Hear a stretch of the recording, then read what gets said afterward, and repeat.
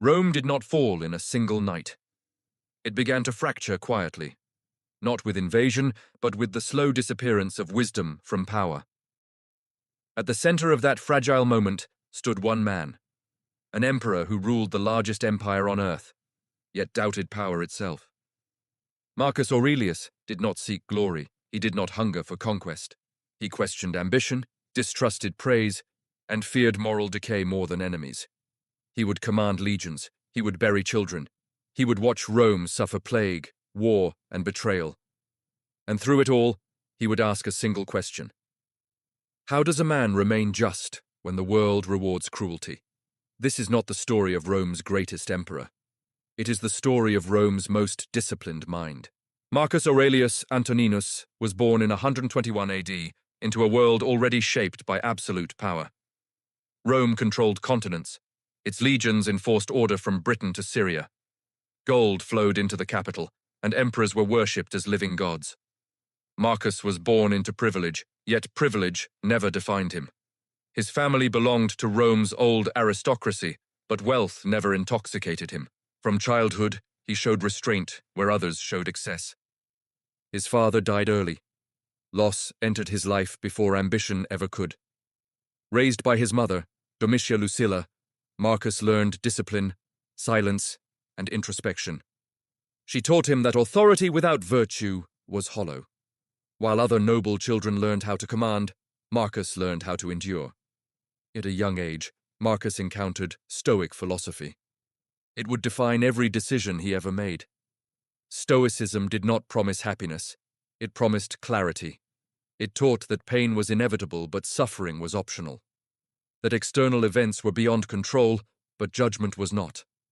Marcus adopted a life of simplicity. He slept on hard surfaces.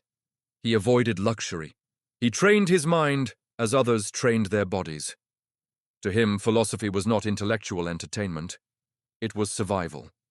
He wrote later, "If you are distressed by anything external, the pain is not due to the thing itself, but to your estimate of it." This was not theory, it was preparation. Emperor Hadrian noticed Marcus early, not for brilliance, but for character. Hadrian believed Rome's greatest danger was not rebellion, but moral weakness at the top. To secure the future, Hadrian arranged a chain of adoption. Antoninus Pius would become emperor. Marcus Aurelius would be his heir. Thus Marcus was bound to power not by desire, but by obligation. Under Antoninus Pius, Rome experienced peace. Marcus studied law, governance, military logistics, and ethics. Yet even then, he questioned authority. He understood something few rulers ever grasped. Power magnifies who you already are. It does not improve you. In 161 AD, Antoninus Pius died. Marcus Aurelius became emperor, but instead of ruling alone, he demanded shared power with Lucius Verus. Rome was shocked. Power sharing was weakness, or so they believed. Marcus saw it differently. Absolute authority frightened him, not because he doubted himself, but because he understood human fallibility. Almost immediately, Rome was tested. The Parthian Empire attacked from the east. Lucius Verus led the armies. Marcus remained in Rome. Victory came, but it carried death. Returning soldiers brought a plague. It spread across the empire like wildfire. Cities emptied. Temples closed. Farms collapsed. Rome had defeated armies before. It had never faced this. Marcus did not flee. He did not scapegoat. He did not abandon reason. Instead, he governed.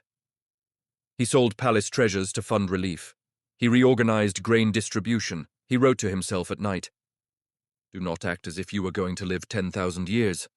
For Marcus, leadership was endurance. Transition point. Then came the northern frontier. Barbarians crossed the Danube. In Rome faced invasion. The philosopher would now become a general, and the man who distrusted violence would spend the rest of his life in war. The Danube frontier was collapsing. For decades, Rome had relied on deterrence. Now deterrence was no longer enough. Germanic tribes, Marcomanni, Quadi, Sarmatians, crossed into imperial territory. Villages burned, civilians fled. The illusion of eternal stability vanished. Marcus Aurelius left Rome, not for ceremony, not for conquest, but because duty demanded presence. He did not command from marble halls, he lived among soldiers, he endured cold, hunger, disease, and exhaustion. The philosopher entered the mud of war. Marcus was not adored by his troops for charisma. He was respected for fairness, he shared their hardships, he punished cruelty, he rewarded discipline. He believed soldiers were not tools, but citizens temporarily bearing arms. Victory mattered, but restraint mattered more. A man's worth, he wrote, is no greater than the worth of his ambitions. At night, in military camps by the dim light of oil lamps, Marcus wrote, not speeches, not laws, not propaganda. He wrote to himself. Meditations was not meant to survive history, it was meant to survive despair. Each line was a reminder, each sentence a correction. You could leave life right now, let that determine what you do and say and think. He wrote to remain human while commanding violence.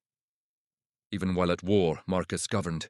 He reformed Roman law, he protected orphans, he strengthened the rights of slaves, he restricted torture. He believed power existed to serve justice, not ego. If it is not right, do not do it. If it is not true, do not say it. These were not ideals, they were rules. Marcus Aurelius ruled the world, yet he could not protect his family. His wife, Faustina, died.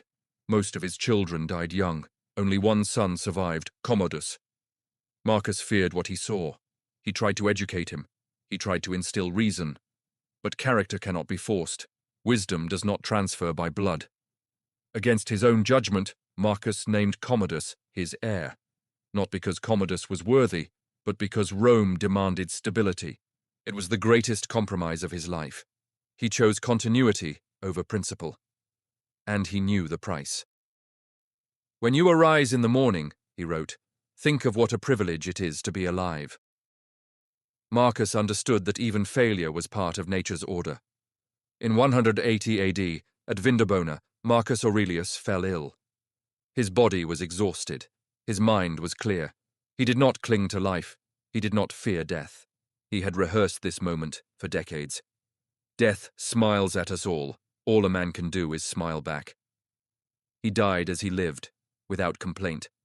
With Marcus Aurelius died the last of the 5 good emperors. Commodus took the throne. Rome entered decline. Corruption returned. Excess replaced restraint. The empire still stood, but wisdom was gone. Marcus Aurelius left no monuments. He left a book. Meditations survived because it was honest. Because it asked questions power avoids. It was written by a man who ruled everything, yet sought mastery only over himself. The happiness of your life depends upon the quality of your thoughts.